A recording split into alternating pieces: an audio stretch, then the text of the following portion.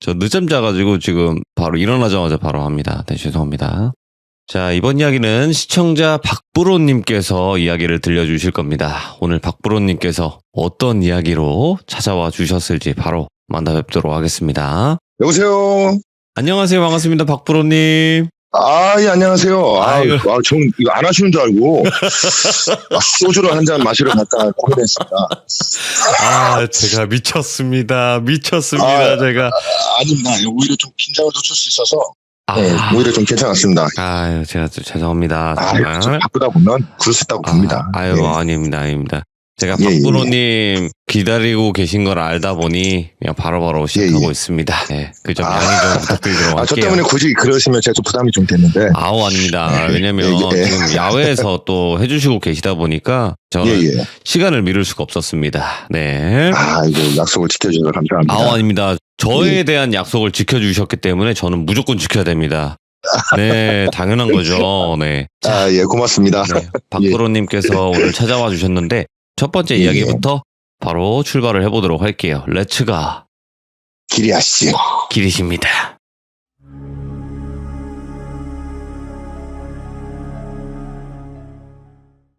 저는 지금 부업으로 대리 운전을 하고 있습니다. 그렇죠. 지금 현재도 그렇죠. 원래는 본업은 다른 일을 하고 있는데 이 코로나 시국에 집체가 금지되면서 제가 본업을 할 수가 없게 됐어요. 그래서 자식들도 있고 마누라도 있는데 손가락 빨고 있잖아요. 그래서 이제 대리운전을 시작하게 됐는데 생각보다 잘 맞았어요. 대리운전이. 그런데 대리운전을 하면서 겪은 일들이 제가 15년 동안 본업을 했던 일보다 정말 다양한 경험들을 많이 하게 되어서 그런 것들을 좀 나누고자 하는데요. 두 가지 이야기를 좀 준비를 했습니다. 그래서 첫 번째 이야기는 이제 현실 공포 같은 건데 대리기사들 같은 경우는 제일 중요한 콜이 첫 콜하고 마지막 콜이 되게 중요합니다. 특히 이런 겨울철 같은 경우는 마지막 콜이 정말 중요하거든요. 그러니까 집에 복귀를 못하는 상황이 벌어지게 돼요. 이런 지금 오늘과 같은 추위에서 집에 복귀를 못하면 이거는 거의 구안화사가 걸릴 정도거든요. 입이 그냥 돌아갑니다. 너무 추워가지고. 그래서 작년 겨울에 있었던 일인데 그날 제가 마지막 콜 잡았던 그 전콜이 용인시 처인구에 있는 원산면이라는 곳이 있어요. 그 원산면이라는 곳을 가보면 제가 진짜 그 원산면이라는 곳을 처음 가봤는데 이 농촌의 전경이라는 것은 우리한테 좀 편안함을 주잖아요.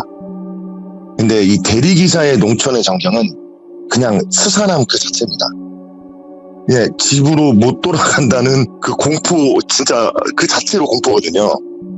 너무 춥고 진짜 멘탈이 완전 흔들리는 순간이 오는데 그래서 이제 마지막 콜을 이제 제가 기다리고 있었어요. 그 원산면에서.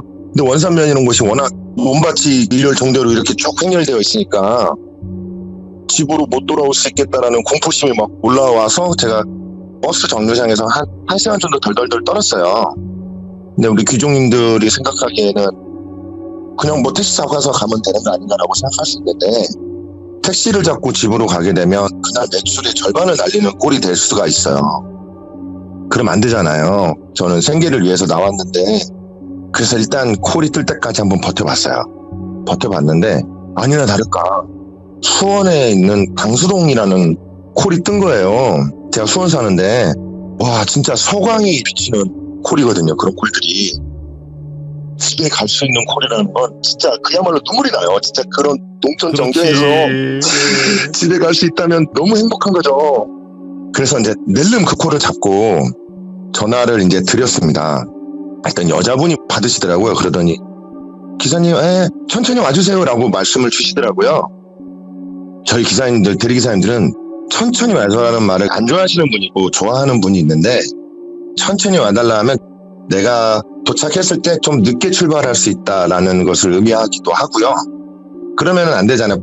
다른 콜을 잡아야 하는데. 근데 저같이 전동 킥보드를 이용해서 이동하는 기사들한테는 천천히 와달라는 말이 너무 감사해요. 왜냐하면 무리를 하지 않고 안전하게 갈 수 있는 말이기도 하거든요. 그래서 이제 제가 그쪽으로 이제 가게 됐습니다. GPS 상으로 뜨거든요. 그래서 이제 갔는데 도착해서 전화를 했는데 안 받아요. 이게 너무 공포스럽거든요, 대리기사들한테는. 10분 정도 이동을 했는데 현장에 도착했는데 전화를 안 받는다?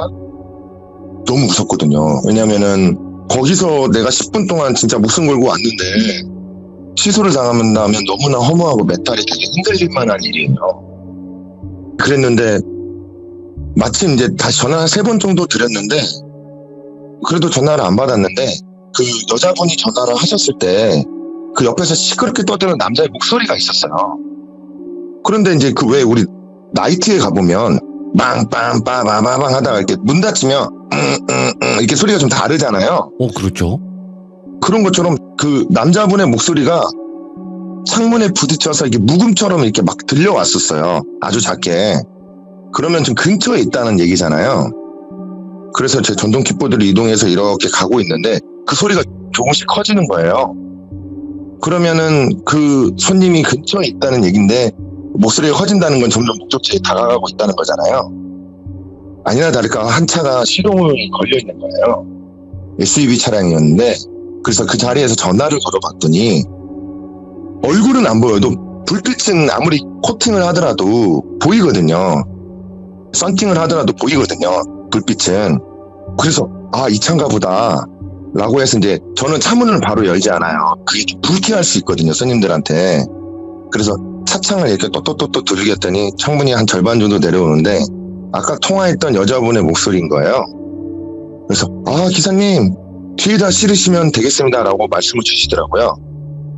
저는 전동기사거든요. 걸어서 기사를 하지 않고 전동 휠이나 전동 킥보드를 이용해서 이동하는 대리기사인데 그래서 이제 전동 킥보드를 폴딩해서 뒤에다 싣고 출발을 하는데 둘이 언제 엄청 싸우는 거예요.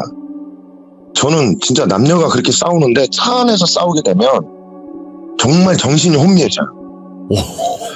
예. 막 미치겠는 거예요. 막 운전을 어떻게 해야 할지 모를 정도로 막 미친 듯이 싸우는데 이제 내용을 들어보니까 저는 대리를 하면서 참 많이 알게 된 게 우리나라는요 불륜의 나라입니다. 불륜의 나라. 정말이에요. 정말 저는 한 2, 3일에 한 번꼴로 불륜 커플들을 꼭 태우거든요. 태우는 게 아니라 제가 그 차를 운전하니까 탄다는 표현이 더 정확하겠네요. 그래서 두 분이 어떤 상황이었냐면 둘이 이제 불륜을 했는데 각자 가정을 버리고 따로 살림을 차리자 이런 분위기였어요. 그래서 여자분 같은 경우는 이혼을 안 했어요. 근데 남자분은 이혼을 한 상태예요. 그러니까 남자분 입장에서는 나는 이혼을 했는데 너는 왜 이혼을 안 하냐라고 이제 서로 싸우는 거죠. 아이고. 진짜 막장 드라마도 그런 막장 드라마가 없습니다. 대리를 하다 보면 그런 상황들이 되게 많은데 전 목사님이 불륜하는 장면도 봤거든요. 어찌됐든 뭐 그런 얘기는 다른 얘기고 그래서 이제 둘이 이제 막 이제 싸우는데 중간 정도 갔는데 여자분이 남자분의 뇌관을 좀 건드리는 말을 했어요. 뭐라고 했냐면 야 정신 차려. 처자식 버리고 이혼하는 게 잘한 짓이야? 정신 차려 이런 식의 얘기했어요. 그러니까 남자분이 순간 뚜껑이 확 열린 것 같더라고요. 그래서 갑자기 이제 퍽 소리가 나는 거예요. 퍽 소리가. 그래서 저는 제가 헬멧을 가끔 운전석 자리에다 두곤 하거든요. 그래서 저는 제 헬멧이 창문에 부딪히는 소리인 줄이라고 처음에 생각을 했어요. 근데 좀 들어보니까 사람이 사람을 때리는 소리는 좀 다르거든요, 결이. 퍽 하고 소리가 나서 이제 뒤를 살짝 돌아봤더니 여성분이 이제 입에 이렇게 흘리고 계시더라고요. 그러니까 남자분이 여자분을 친 거예요. 했는데 이 사람이 보니까 더 흥분을 하시는 것 같더라고요. 그래서 막 몇 대를 더 막 그렇게 강압을 막 했어요. 근데 진짜 저는 한 번도 여자를 때려본 적도 없고 그런 장면도 별로 본 적이 없는데 실제로 성인이 돼서 남자가 여자를 때리는 장면을 봤는데 너무 충격이었어요. 저 같은 경우는 만약에 여자를 때린다고 하면 절대 때려서는 안 됩니다. 큰일인데 한 힘을 빼고 좀 것 같은데 정말 풀스윙으로 때리는 거예요. 풀스윙으로. 그 여자분이 가슴을 이렇게 쳤는데 이렇게 가슴을 이렇게 받게 되면 이렇게 목소리가 떨리게 돼요. 그래서 제가 여자분을 이렇게 운전을 하면서 봤는데 어떻게 도와드리려고 이렇게 좀 봤는데 여자분이 이렇게 손가락으로 밑을 바닥 시트 쪽을 가리키는 거예요. 그래서 바닥 시트 쪽을 이렇게 제가 쓱 봤는데 핸드폰이 떨어져 있더라고요. 근데 이제 이 남성분이 그 상황에 거기서 그치지 않고 왜 SUV 같은 경우는 트렁크 란이 연결이 돼 있어요. 뒤를 돌아보면 바로 짐이 보여요. 거기에 골프백이 실려 있는데 골프채를 꺼내시더라고요. 상황이 막 극도로 치닫고 있는 상황에서 그 사람이 골프백에서 그 골프채를 꺼내는데 골프채가 막 창문에 부딪히면서 나는 소리부터 시작해서 와, 정신이 너무나 아득해지는 그런 경험이었어요. 미친놈 아니야 그거? 와. 완전 또라이죠. 뭐 완전 저는 그분 성함도 기억이 나는데 제가 그것까지 얘기하면 안 될 것 같고, 그래서 이제 이 사람이 여자를 끌려고 하는데 골프채의 손잡이를 잡으면 길이가 그 SUV 차량에 꽉 차게 돼서 때릴 수가 없잖아요. 근데 그분이 어떻게 했냐면 골프채 헤드가 있으면 뭉툭하잖아요. 그 밑에 부분을 이렇게 잡았어요. 그 부분을 잡고 이제 여자를 막 끌려고 하는데 저는 진짜 머리가 그때 되게 혼미해졌어요. 내가 이게 돈 3만 원 벌겠다고 내가 이런 일에 연루돼야 뭐 이런 생각을 했었어요. 그런데도 여자분은 너무나 지금 위태로운 상황이고 어떻게든 좀 해결을 해야겠다라는 생각이 들어서, 보통 대리기사님 같은 경우는 열의 열은 다 본인 핸드폰에 있는 내비게이션을 써요. 왜냐면은 고객님의 차종이 전부 다르잖아요. 내비게이션 조작도 다 다르기 때문에 그거를 뭐 배워서 하는 것도 시간이 좀 오래 걸리는 문제고 물어보기도 민망하기 때문에 보통은 자기 핸드폰에 있는 내비게이션 앱을 사용해서 이동을 합니다. 제가 핸드폰을 그 RPM과 속도계에 보면 그 밑에 약간 평평하게 나와 있는 부분이 있어요. 제가 거기다 이렇게 얹어놨거든요. 그래서 그걸 빼가지고 112를 눌렀어요. 근데 경찰의 목소리가 이 남자분한테 들어가면 더 쉽지 않은 상황이 벌어질 것 같고 저한테도 해코지를 할 것 같은 거예요. 그래가지고 제가 그걸 뒤집어가지고 기어봉 위에다 올려놨어요. 그러면 목소리는 들어갈 거 아니에요. 그래서 제가 이제 그 손님한테 너무 흥분하셨는데 이렇게 되면 좀 위험하지 않느냐, 그래서 대화로 좀 풀었으면 좋겠다라고 했더니 그분이 대리기사 주제에 무슨 참관이냐, 그냥 당신은 이곳까지만 가시오, 이렇게 얘기하시는 거예요.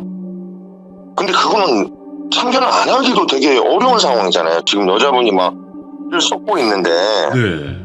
그래서 이제 제가 이제 거기서 기지를 약간 좀 발휘했던 게, 수원 당수동에 가려면 수인선을 타는 방법이 있고 율정동 쪽으로 이렇게 로타리 타고 들어가는 방법이 있어요. 그래서 제가 그러면 제가 수인선으로 해서 가도 되겠습니까? 이마트 쪽으로 해서 가도 될까요? 라고 했더니 대답도 안 하더라고요. 서로 막 욕을 하고 싸우고 있는 상황이었어요. 그 상황이. 그러면 저는 수원 이마트 쪽으로 해서 지나가겠습니다라고 위치를 제가 크게 얘기를 했어요. 그랬는데 그쪽으로 이렇게 내려와서 가는데 마침 육교 앞에 경찰이 대기를 하고 있더라고요. 그래서 이제 삐뽀삐뽀 하면서 헤드폰으로 차량 번호 얘기하잖아요. 예를 들어서 3412, 3412 멈추세요 이러잖아요. 네네. 그래서 딱 저희 차를 이제 멈췄어요. 그러더니 경찰이 두 분이 내리시더라고요. 내리셔서 저는 경찰이 내리자마자 바로 차에서 내렸어요. 혹시 이 남자분이 저한테 해코지를 할까봐. 내렸더니 그 경찰분들이 여자분 상태를 보고 바로 현행범으로 체포를 하시더라고요. 네. 그래서 이제 그 여자분한테 이제 물어봤던 게, 지금 상태가 안 좋으신데 응급실을 먼저 가시겠냐, 아니면은 경찰서로 가서 조사를 꾸밀 수 있는 상태냐고 물어보더라고요. 여자분이 조서를 꾸미겠다고 말씀을 하셨어요. 그러면 이제 상황이 어떻게 되냐면 경찰차에 남녀가 같이 타게 되잖아요. 그럴 수는 없잖아요. 그래서 이제 경찰분이 말씀을 하시는 게, 저희가 먼저 앞선 설 테니까 여성분을 이 차로 모시고 오라고 얘기를 하시더라고요. 그게 맞죠. 왜냐면 같이 그렇게 탈 수는 없잖아요. 그렇죠. 그래서 이제 그 차를 타고 수원 중부경찰서 쪽으로 이제 넘어갔어요. 네. 그래서 이제 조소를 꾸미려고 하는데 남성분이 먼저 이제 수갑을 차고 이렇게 자리에 앉아 계시더라고요. 그러니까 이제 여성분이 그 남성을 물끄러미 쳐다보더니 제가 여기서 진짜 사람에 대한 회의감 같은 게 좀 들었던 게, 갑자기 여성분이 제 멱살을 잡는 거예요. 뭐야 이건 또.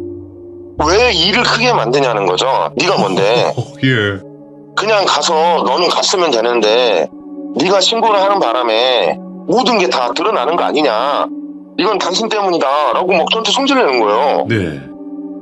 나는 그 여자분은 분명히 도와준다고 도와줬는데 나는 나름 사람을 살렸다라고 생각하고 조서저 열심히 꾸밀 생각으로 갔는데 네. 그 여자분이 그렇게 나오니까 내가 지금도 약간 목소리가 떨리는데 네. 너무 이해가 안 됐어요. 진짜 나는 사람을 살린다고 했던 행동이 내가 이게 지금 멱살 잡기 일인가? 와. 내가 지금도 생각하면 네. 심장이 좀 떨려요. 내가 왜 욕을 먹어야지? 나는 살려준다고 살려줬는데 그런 일이 있었습니다. 그래서 제가 상부인 조사를 하잖아요. 네. 상부인 조사를 하고 정말 뒤도 안 돌아보고 바로 그 경찰서를 떠났던 그런 일이 있었는데 제가 느낀 게 뭐냐면 한상 불륜의 끝은 좋지가 않다. 정말 그렇습니다. 처자식을 버리고 조강지처를 버리고 그렇게 하는 부분들이 진짜 결말이 좋지 않다라는 것을 제가 진짜 그 상황을 보면서 뼈저리게 느꼈던 그런 사건이었습니다. 제가 물론 더 억울한 건 그 3만 원도 받지 못했다는 점이고 예. 더 억울한 건 그 여자분이 제 기사 평점이 있어요. 네. 거기다 별 하나를 준 것 같아요. 와, 별점 테러까지? 네, 제가 별점 테러를 당해서 콜도 잘 안 뜨고 제가 집에 오긴 왔지만 예. 차라리 그럴 바에는 새벽에 거기서 떠는 편이 더 나았겠다라고 생각했던 사건입니다. 제가 지금 얘기하면서도 살짝 눈물이 날 것 같은데 여러 가지 감정이 드는 이야기였네요, 이게. 정말 이해가 안 되는 사건이었어요. 정말 너무 이해가 안 되는 사건이었어요. 그게 불륜이 탄로날까봐 그 여자는 그렇게 했다는 거 아니에요? 네, 제 생각에도 그랬던 것 같아요. 이제 일이 커지고 집안에 알려지고 얼굴이 그렇게 생겼으니까 남편은 물어볼 거고 뭐 지금 제가 정리된 내용들이에요. 네. 그런 사건이 하나가 있었습니다. 진짜 리얼하다. 오, 예. 진짜 이 사연 정말 리얼하네요. 예. 그러면 이런 사람들 말고 또 네. 다른 손님을 태운 적이 있는데 그때 좀 끼치셨다라고 했는데 그건 어떤 건가요? 제가 아까 초두에 얘기했듯이 대리기사는 첫콜이 참 중요해요. 첫콜은 그날의 루틴과 그날의 매출하고도 굉장히 직접적인 연결이 돼 있거든요. 근데 이게 월, 화, 수, 목 평일의 이 첫콜과 그리고 금, 토, 일의 첫콜은 좀 느낌이 달라요. 금, 토, 일 같은 경우는 외곽 지역에서도 콜이 잘 뜨거든요. 외곽 지역은 저 같은 정동기사가 아니면 잘 들어가지 못해요. 그러면 콜 가격이 조금씩 올라가거든요. 저는 이걸 업단가라고 표현하거든요. 근데 이게 여기 계신 기준님들도 한 가지 알면 좋은 게 내가 대리를 불렀는데 그 콜이 잘 안 잡혀요. 그러면 보통 그 앱에 뭐라고 뜨냐면 뭐 5분 거리에 있는 기사를 찾습니다. 뭐 10분 거리에 있는 기사를 찾습니다. 그렇게 되거든요. 근데 다 그 안에 있어요. 단지 안 잡을 뿐이에요. 가격이 아쉬워서. 가만 놔두면 가격이 올라가거든요. 네네. 근데 이제 제가 그때도 이건 외곽 지역이니까 나만 들어갈 수 있는 상태인 것 같고 오산에 있는 외곽 지역이었어요. 수원 오목충동까지 가는 콜이었는데 한 20분, 25분이면 그냥 가는 콜이었어요. 근데 7만 원에 뜬 거야. 7만 원에. 20분 만에 7만 원, 8만 원 벌 수 있다면 얼마나 좋아요. 하지만 안 잡았습니다. 네.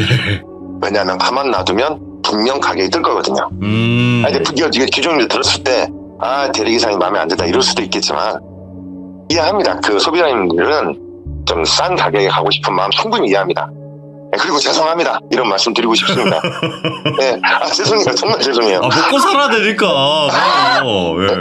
기다리는 가격이 뜨는 거를 여기 있는 대리기사님들 아마 들으면 더 욕먹을 수도 있는데 네. 근데 이게 습성이라 네. 어쨌든 기다렸더니 아니나 다를까 가격이 한 2만 원 정도 뜨더라고요. 그러면 20분 운행에 9만 원이에요. 야, 이걸 잡아야죠. 잡았습니다. 오산시 외산미동이었거든요. 그래서 이제 골짜기로 올라가는 길이었는데 제 전동킥보를 타고 이제 올라갔죠. 근데 길이 안 좋았어요. 일단은 그런 골짜기 같은 거는 길이 안 좋고 가로등이 없다 보니까 굉장히 위험합니다. 네. 근데 갔는데 제네시스 G90이 딱 있는 거예요. 오호. 보통 제네시스 G90은 이거는 제가 이제 일을 하면서 알게 된 건데, 제네시스 G90이나 뭐 벤츠 S클래스는 대부분 반도체에 관련된 분들이세요. 원래 부자들이 타는 게 진짜 G90이에요. 그러니까요. 네. 회사 중역들이나 그렇지. 대표들이거든요. 그러면 어떤 식으로 변화가 되냐면, 말만 잘하면 팁이 나온다라고 생각이 좀 변화이 돼요. 9만 원에 팁까지 받을 수 있다면, 이야, 이거는 뭐 금상첨화죠. 근데 제가 이렇게 얘기하니까 되게 좀 세속적으로 보일 수도 있겠다는 생각이 들어요. 자본주의예요, 우리나라는. 네. 네. 돈을 좋아합니다. 예. 네. 그래서 이제 갔는데, 시동을 켜놓고 헤드라이트를 켜놓고 헤드라이트에 서 있더라고요. 보통은 타겟이거든요. 네네. 아까 첫 번째 이야기 들었던 것처럼 타겟이에요, 보통. 근데 보통 그렇게 바깥에 나와 있지는 않거든요. 네. 어쨌든 올해 8월에 있었는데 날씨도 좀 더웠기 때문에 에어컨 틀고 좀 앉아있을 수 있는데 왜 저렇게 서 있지라고 했어요. 네. 그래서 이제 딱 도착해서 안녕하세요 손님, 저 전동 킥보드 좀 트렁크에 실어도 되겠습니까? 그랬더니 얼마든지요 라고 하시더라고요. 그래서 이제 폴딩을 해가지고 전동 킥보드를 트렁크에 실어놓고 운전석에 먼저 앉아도 되겠습니까? 꼭 이렇게 물어보거든요. 네. 그렇게 물어볼 수밖에 없는 게 제네시스 G90이잖아요. 그렇죠. 잘만 친절하게 하면 TV 두둑하게 나온다는 거를 얘는 경험을 통해서 알고 있었습니다. 네. 그래서 아주 정성스럽게 운전석에 타도 되겠습니까? 라고 물었더니 그렇게 하시라고 친절하시다고 그러는 거예요. 네. 보통은 그렇게 실어놓고 앉으면 보통 옆에 와서 앉잖아요. 근데 그분이 안 앉으시는 거예요. 네. 왜 저렇게 서 있지? 그랬더니 팔짱을 끼고 고개를 갸우뚱 하면서 저를 계속 운전석 쪽으로 주시하시는 거예요. 네. 저 사람 뭐지? 하지만 괜찮았습니다. 네네. 왜냐면 금액이 너무 괜찮았거든요. 예. 그럼 모든 것을 상쇄시킬 만큼의 돈이었어요. 좀 기다리지 뭐 어디 통화 좀 하려나 보지, 뭐 그런 생각이었습니다. 근데 얼굴을 이렇게 제가 유심히 봤는데 화장을 하셨더라고요. 얼굴이 뿔그랗게요. 이렇게 헤드라이트에 비친 얼굴이. 남자가 저렇게 무슨 화장을 했지? 뭐 메이크업 종사자인가? 뭐 이렇게 생각을 했어요. 그래서 참 특이하다. 이런 사골짜기에 화장을 하고 저 남자는 도대체 뭐지? 회사 중역도 아닌 느낌인데. 그랬는데 그분이 한참 이렇게 저를 쳐다보더니 저한테 다가오더라고요. 운전석 쪽으로 다가오더라고요. 보통 제네시스 G90이나 벤츠 같은 거 뒷자리에 앉으세요. 100에 100은 다 뒷자리에 앉으세요. 옆자리에 안 앉아요. 그러면 운전석 뒤쪽으로 앉으시려나 보다 하고 했는데 운전석 창문을 또 두들기더라고요. 잠깐 내려보래요. 그래서 내렸죠. 그랬더니 저 기사님 너무 죄송한데 여기 조금만 올라가면 제 짐이 조금 있는데 이것 좀 같이 실어주실 수 있을까요? 라고 물어보시더라고요. 금액이 너무 괜찮았기 때문에 그보다 무거운 것도 다 들어드렸을 겁니다. 알겠습니다. 제가 같이 실어드리겠습니다. 라고 해서 내렸습니다. 그리고 이제 산골짜기로 조금 올라가는데 동그란 형체를 쌓아놓은 듯한 물건들이 좀 있는 거예요. 오야 이건 또 예. 그래서 이거 뭐지? 저는 뭐 캐리어나 이런 거나 뭐 이런 거라고 생각했는데 저건 도대체 뭐지? 하고 이렇게 보니까 악기예요, 악기. 예. 제가 거기서 한 가지 깨달은 게 우리나라에 있는 악기들은 대부분 다 둥글다 는 것을 알게 됐습니다. 뭐 칭꽹가리, 뭐 장구 웬만한 건 다 둥글잖아요. 네네. 아무튼 그걸 이제 실어서 이렇게 트렁크에 실은데 제 전동 킥보드가 있으니까 트렁크에 내리고 다시 실어드렸어요. 그래서 다시 이제 이렇게 올라갔더니 뭔가 이렇게 봉다리에 쌓여 있는 게 하나 있는 거예요. 봉다리가 아니라 천에 이렇게 쌓여 있는 게 있는데 제가 그걸 딱 집었어요. 그랬더니 그 선생님이 그거 만지지 마세요 그러는 거예요. 아니 이미 손에 집었거든요. 이거 만지지 말라고요? 저 이미 들었잖아요. 그랬더니 그분이 하시는 말씀이 아무렇지 않아요? 그걸 물어보더라고요. 아무렇지도 않은데요? 그럼 그냥 실어주세요라고 하더라고요. 네. 그래서 들고 가는데 저는 그분이 사실 무당인지 어떤지는 잘 모르겠어요. 근데 들고 내려가는데 쨍그랑 소리가 나더라고요. 그게 방울 소리 같았어요. 근데 저는 여기서 좀 이해가 안 되는 게 여기 혹시 무당분들 듣고 계시면 좀 궁금한 게 그런 물건은 보통 몸에 소지하지 않나요? 근데 그렇게 바깥에 내놓은 게 저는 좀 되게 이상했어요. 그래서 이제 차에 이렇게 싣고 갔어요. 이제 출발을 했는데 어쨌든 20분이면 고액을 걸게 됩니다. 금방 가면 돼요. 오산시 금암동 들려서 저쪽 대로 타고 봉담을 해서 가면 빨리 가거든요. 옥모촌동까지. 그래서 이제 가고 있는데 그분이 이제 한 5분간을 저를 계속 쳐다보는 거예요. 근데 뭐 잘 아시겠지만 조수석에서 저를 그렇게 쳐다보는 건 되게 기분이 이상해요. 예. 앞을 쳐다봐야지. 저를 이렇게 쳐다보는 것도 되게 이상했고, 그분이 타기 전에 했던 행동도 되게 이상한 게, 뒤에 보통 앉으신다고 말씀드렸잖아요. 네. 뒤 문을 열더니 이렇게 쳐다보니 이상하네, 갸우뚱 하시더라고요. 예. 그러더니 그 문을 닫고 조수석에 당신 거예요. 예. 그것도 좀 이상해요. 제네시스 지공이나 진짜 벤츠는 100에 100은 다 뒤에 타세요. 아무튼 이상하네 하면서 옆자리 타더니 저를 계속 뚫어져다 쳐다보는데 너무 이상하잖아요. 근데 거기서 끝나는 게 아니라 오산시 금암동 지나면 대로를 타게 되는데 거기서 냄새를 맡기 시작하는 거예요, 저한테. 어떻게 하냐면 제가 소리를 좀 익히는 너무 죄송합니다. 비주얼도 좀 거북하더라도 이해해 주십시오. 이렇게 냄새 맡고 이상하네 자꾸 그러시는 거예요. 오호. 저는 이제 8월달, 그게 올해 8월달이었으니까 네. 그때 땀이 좀 많이 날 때라 내 몸에서 좀 땀이 나나 그랬습니다. 그래서 제가 좀 몸에 좀 땀이 많아서 내 몸에서 냄새가 좀 나지요. 네. 죄송합니다 라고 말씀드렸어요. 네. 아니 그게 아니고 냄새가 안 나 그러시는 거예요. 왜 냄새가 안 나지? 근데 소리는 들려. 뭐지? 이러시는 거예요. 예. 무슨 말을 하는지 저는 당시에 이해가 안 되더라고요. 그래서 이제 냅다 이제 속도를 내기 시작했습니다. 빨리 이 사람을 내려주고 싶더라고요. 기분이 너무 별로였거든요. 그랬더니 이제 그분이 혹시 조금씩 보나? 뭘 본다는 말씀이세요? 그랬더니 귀신 같은 거 조금씩 보나? 그러더라고요. 네. 네, 저는 조금 영향이 좀 있는 편이거든요. 네. 막 뚜렷하게 보는 편은 아닌데 가끔씩 많이 봐요. 네네. 근데 저는 세상에 제일 싫은 게 귀신이거든요. 어렸을 때부터 너무 시달림을 많이 당했어요. 너무 많이 시달림을 당해가지고 진짜 네. 귀신이라면 학을 때는 너무 싫어요. 제 동생도 너무나 심하게 당할 정도로 너무 심했어요. 네. 너무 심해가지고 가위에 눌려서 혼이 나올 정도로 제가 정말 어렸을 때 너무 귀신한테 많이 당했습니다. 네. 그래서 제가 귀신이라면 학을 때는데 조금씩 보나 그래서 예 조금씩 봅니다 그랬더니 그 귀신들 어떻게 써? 라고 물어보더라고요. 네. 여기서 이제 제 이야기가 나오는데 좀 거북할 수도 있는데 제가 귀신 보이는 대로 다 죽여버립니다. 오? 용서를 안 해요. 예. 이게 타오르는 분노가 있어요.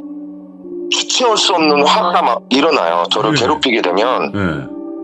제가 잠깐 제가 아닌 듯한 느낌이 들 정도로 순간 이성을 잃어버려요. 예. 왜 또 날 괴롭혀? 내가 뭘 잘못했길래? 뭐 여기 지금 시들무에 나오는 여러 가지 사연도 마찬가지로 특별히 잘못 안 하는데 괴롭히잖아요. 네. 저는 그 터질 것 같은 분노를 주체할 수가 없어요. 정말로. 아, 화나지. 이거 진짜 네. 겪으신 분들은. 네, 너무 화가 나고 너무 짜증이 나요. 네. 내가 뭘 잘못했길래 왜 괴롭히냐. 그래서 처음에는 막 힘이 없을 때는 막 빌기도 했어요. 이러지 마세요. 그러면 안 괴롭혀요. 근데 제가 한 20살이 넘어가면서부터 이것들을 물리칠 수 있는 힘이 생겼다라는 걸 알게 됐어요. 아. 그래서 때려잡기도 하고 막 그랬거든요. 네. 근데 그분이 최근에 귀신 어떻게 잡았냐라고 물어보더라고요. 근데 그때 제가 한 2, 3일 전에 잠을 자는데 제 매트리스 뒤편에 제가 자고 있는 뒤편에 누가 저를 꽉 껴안고 있는 거예요. 오. 그리고 이렇게 뒤를 봤더니 얼굴이 온통 시커먼데 눈하고 입만 있어요. 그래서 제가 이 손가락에 보면 검지와 중지가 2개씩 이렇게 달려있잖아요. 오른쪽 왼쪽에. 입에 이렇게 넣어가지고 확 찢어버렸어요. 네. 이건 뭐 못 믿을 수도 있겠지만 그랬습니다. 네. 근데 저기 보면 제주 옥동님 동생이 그렇게 귀신을 때리면서 웃는다고 그랬잖아요. 근데 저는 그 심정 굉장히 이해돼요. 그렇게 돼요. 왜냐면은 희열감 같은 게 생겨요. 진짜 그래요. 저는 그분 마음이 너무 이해가 되거든요. 네네. 저도 그렇게 귀신을 찢을 때는 약간 왠지 모르게 희열감 같은 게 있어요. 이게 약간 뭐 중독된 상태라고 볼 수도 있는데. 네네. 그리고 아잉님도 한번 이렇게 귀신을 먹었다 그랬잖아요. 맞아요. 전 너무 심각했어요, 진짜. 오호. 야, 저거 나도 저렇게 한번 죽여봐야겠다. 뭐 그런 생각을 했어요. 그래서 제가 졸음쉼터에서 한 번은 쉬는데 이걸 제가 그 선생님께 말씀드렸던 겁니다. 손님께. 자고 있는데 귀신 저를 다리를 누르니까 제가 뜯어서 먹었는데 근데 정말 너무 소름 끼친 게 구슬 형태로 들어오더라고요, 그게. 근데 아이님 이야기 중에 어떤 할머니가 어디서 구슬을 꺼내갔다 그랬잖아요. 네. 그건 정말 사실일 거야. 그렇게 구슬처럼 들어오더라고요, 제 몸 안에. 근데 그렇게 말씀을 드렸더니 그 선생님이 하시는 말씀이 그래서 그렇구나. 그래서 이 영들이 지금 떠나지 못하고 네 안에 눌려 있는 거야. 네가 죽인 게 아니야. 야, 너 이러면 안 돼. 너 이거 업보 쌓는 거야. 너 이거 어떻게 감당하려고 그래. 그분이 하시는 말씀이 너가 너 자신을 잃어간다고 얘기하셨어요. 네가 자꾸 이렇게 귀신들을 보는 족족대로 다 죽이고 다니면 너가 너 자신을 잃게 된다. 그래서 이런 식으로 해결하면 안 된다라고 얘기하시더라고요. 그래서 저한테 했던 말이 세 글자였습니다. 위, 령, 제. 일을 하자. 그러면 저는 위, 령, 제 듣자마자 돈. 제가 사이비 종교 단체에 들어갔다가 결혼 자금을 날린 적이 있어요. 돈을 날린 적이 있어서 그 얘기 듣자마자 확 거부감이 드는 거예요. 네네. 이거 돈 요구하는 거다. 무슨 사짜냐. 그래서 제가 말씀드렸던 게 저는 경제적 여유도 없고 심적 여유도 없습니다. 라고 말씀드렸어요. 그랬더니 내가 돈은 따로 안 받을 테니까 이거는 한번 하고 가자. 그러는 거예요. 그래서 오모촌동에 이제 거의 드나들고 있는데 오모촌동 같은 경우가 좀 공터들이 좀 있어요. 개발이 좀 덜 돼가지고 잠깐 세워보래요. 그래서 세웠죠. 그래서 잠깐만 서 있으라는 거예요. 눈을 감고. 그랬더니 이제 그분이 뭐라고 기도를 하더니 저는 그분이 도대체 정체를 모르겠는 게 저를 꽉 안아주시는 거예요. 네. 그러면서 하시는 말씀이 용서해라. 네가 용서하면 그들은 간다. 네. 용서해라. 용서하겠냐.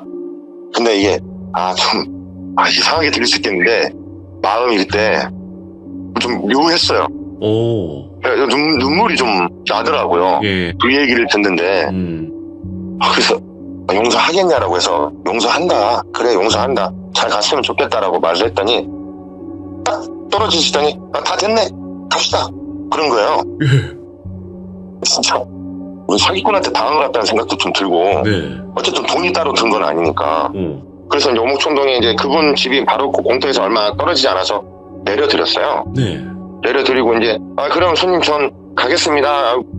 뭐 재밌는 경험 해주셔서 너무 감사드립니다. 나 끝까지 친절을 유지했죠.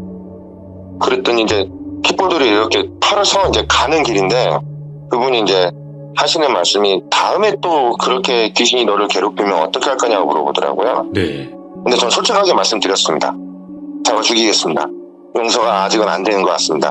그랬더니 찌릿찌릿 하시더니 그럼 다음에 또 만나겠구만. 에이그 이러시더라고요.